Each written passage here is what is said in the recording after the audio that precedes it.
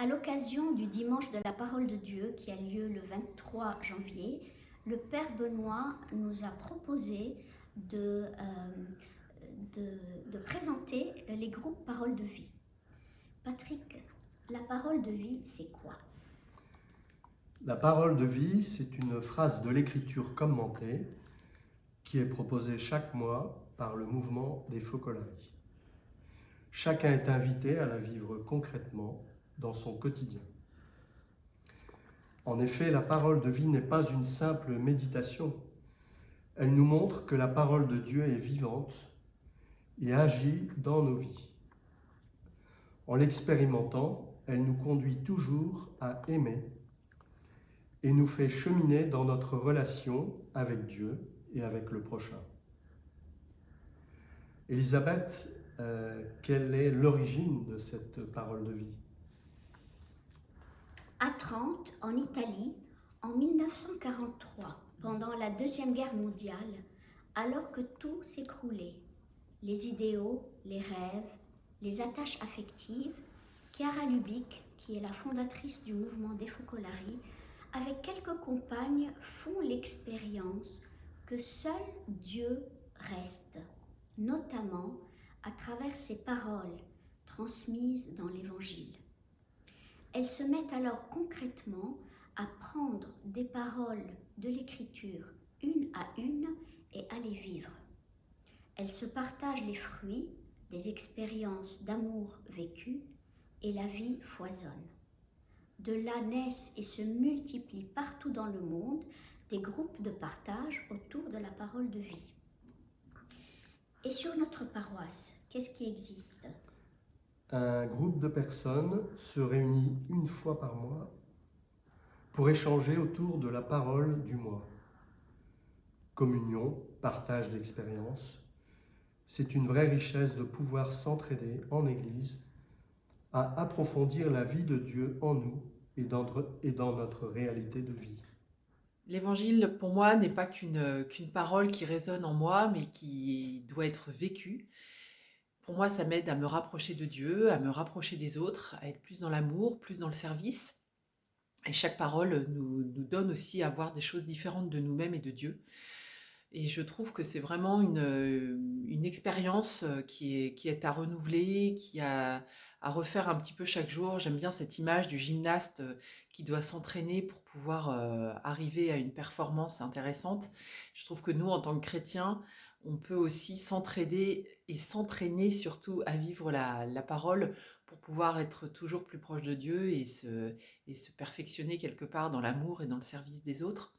Donc pour moi, c'est vraiment un guide, ça m'aide beaucoup dans ma foi. Je pense que si je n'avais pas rencontré si je n'avais pas compris que l'évangile devait être vécu, ma foi aurait été beaucoup plus fragile. Et je trouve aussi que lorsque c'est difficile, la possibilité de se retrouver avec d'autres personnes pour pouvoir échanger sur comment eux, ils ont vécu la parole de vie, comment concrètement ça a changé quelque chose dans leur vie et comment ça a apporté des fruits. Moi, en tout cas, ça m'aide, ça me redonne du courage, ça me donne envie d'avancer, de recommencer. Et voilà, je trouve que l'expérience, en tout cas, de partager avec d'autres est vraiment très intéressante et nous aide à ne pas être seuls dans cette envie d'avancer vers Dieu ensemble. La parole de vie, c'est pour moi avant tout une parole de Dieu, que Dieu m'invite à vivre tout au long du mois et selon les circonstances présentes. Dès que je la vis, je ressens paix, joie, dynamisme et même force pour persévérer. Et cela rejaillit en moi, bien sûr, et aussi tout autour de moi. Dans notre vie de couple avec Benjamin, nous avons été d'accord tout de suite, dès le début du mariage, pour mettre cette parole de vie au centre de notre vie. Et nous avons expérimenté aussitôt que cette parole était vraiment une aide très, très, très précieuse pour notre vie de couple, parce qu'elle renforçait notre amour mutuel et notre foi commune en Dieu. au fur et à mesure des années, et il y en a beaucoup qui se sont passées, cette parole est devenue une grande force et une grande joie sur notre chemin vers Dieu. On pourrait dire que c'est une lampe sur notre route, comme dit le cantique, mais pour nous, c'est un rayon de lumière.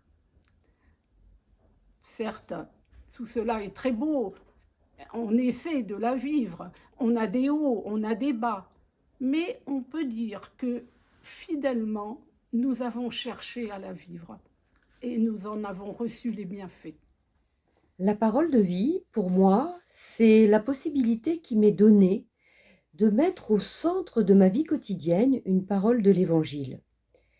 Cette parole, je ne la choisis pas, elle nous est proposée avec un commentaire par les Focolari. Je dois donc me laisser surprendre, m'arrêter, interrompre la frénésie de la vie quotidienne pour écouter cette parole, pour réfléchir à la manière de la mettre en œuvre dans les gestes de tous les jours.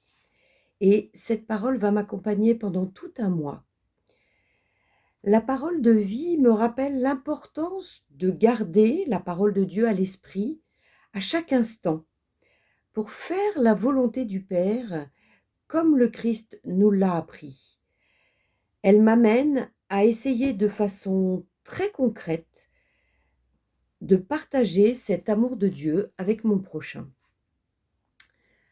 Le fait de partager cette parole me rappelle avant toute chose que l'on ne peut vivre sa foi tout seul dans son coin. Ensuite, le temps de partage est un temps d'écoute de l'autre, sans jugement, sans commentaire. C'est très enrichissant d'entendre comment la personne qui est à côté de moi reçoit cette parole, comment celle-ci résonne en elle de façon parfois inattendue pour moi, éclairant alors la parole d'un jour nouveau. L'expérience de l'autre accueillie avec un cœur ouvert, une oreille attentive, peut parfois m'aider à prendre conscience de mes propres faiblesses ou, au contraire, m'amener à rendre grâce pour des dons qui me sont donnés et qui s'éclairent d'un seul coup pour moi. Chaque temps d'échange est toujours vécu dans une grande fraternité. La parole de vie pour moi est comme une boussole qui, au milieu de toutes les sollicitations du quotidien, me permet de me recentrer, de m'orienter vers ce qui est l'essentiel, qui est pour moi l'amour de Dieu et l'amour du prochain.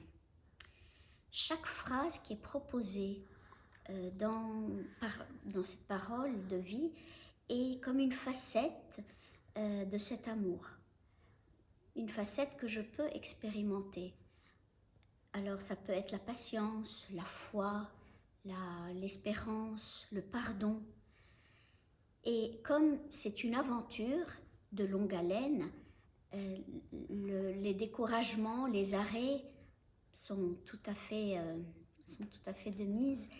Et le partage, la communion avec d'autres frères de tous âges, de toutes conditions, est vraiment une aide très précieuse.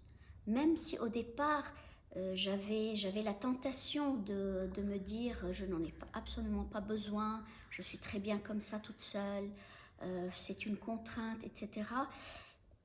J'ai découvert en fait quelle grâce de pouvoir partager en toute simplicité pour rendre grâce pour les pépites que j'ai découvertes chez d'autres, que je découvre toujours chez d'autres et en moi-même, pour pouvoir reprendre souffle, recommencer. Et je ne peux que vous encourager d'essayer cette expérience.